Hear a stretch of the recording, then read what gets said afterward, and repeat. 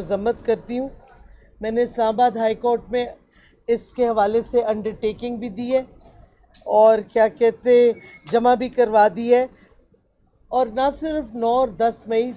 और ख़ुसूसन उसकी तो बात कर रही हूँ, लेकिन हर किस्म का वायलेंस हमेशा से कंडेम किया है। ख़ास तौर पे जो स्टेट रियासती सिंबल्स होते हैं, जैसे GHQ है, जैसे सुप्रीम कोर्ट है, जैसे पार्लियामान है, ऐसे स्टेट सिंबल्स पे वायलेंस करना बहुत ज़्यादा मज़म्मत इस पे करनी चाहिए सबको, और मैं करती हूँ। दूसरी बात जो मैंने कहनी है कि 12 दिन अरेस्ट रिहाई के अबडक्शन रिहाई के प्रोसेस के थ्रू मेरी सेहत के हवाले से और जो आजमाइश मेरी बच्ची ने, ईमान ने ख़ास तौर पे मेरी वजह से इस पे गुज़रना पड़ा, इस वजह से सेहत और ये आजमाइश जो मेरी बच्ची को हुई,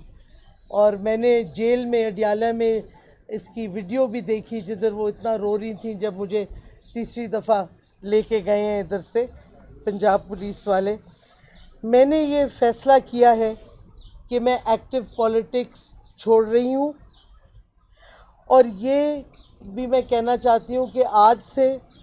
मैं PTI या किसी भी सियासी जमात का हिस्सा नहीं होंगी, क्योंकि मैंने सबसे पहले अपनी फैमिली, बिलखसूस अपनी माँ और अपने बच्चों का, क्योंकि आपको भी पता होगा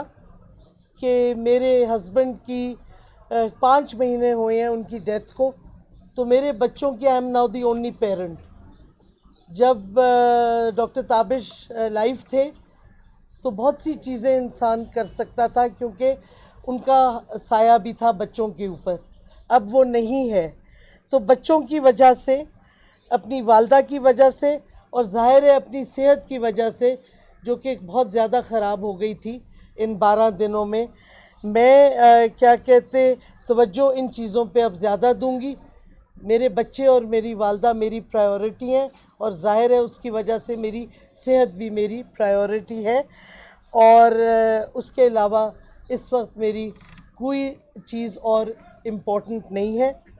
और बस मैं इतना ही कहना चाहूँगी, मेरी तबीयत कुछ ठीक नहीं है, तो आप सबका बहुत बहुत शुक्रिया।